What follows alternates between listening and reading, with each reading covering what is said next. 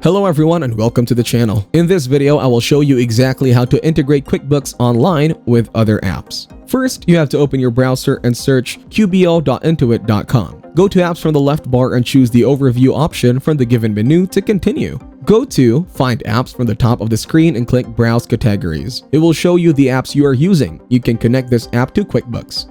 You have to click on Connect and wait for seconds to process. Again, connect the app and select the required option to the given question. After selecting the option, submit it. Wait a few seconds for processing and a form will appear. Click on Account Time Zone and enter your Shopify domain. It will ask you to remove admin from the end. So from pasted link, remove the admin and connect. Open a new tab, open Gmail and open the first email associated with Shopify. It has a verification code in it and copy the code. Log into your Shopify account by entering the verification code. It will ask you for two-step verification. Skip it for now by clicking Remind Me next time. It will be colored blue. Thank you everyone for watching. Hope you got some value. Make sure to like the video and subscribe to our channel. Leave a comment down below. See you in the next one.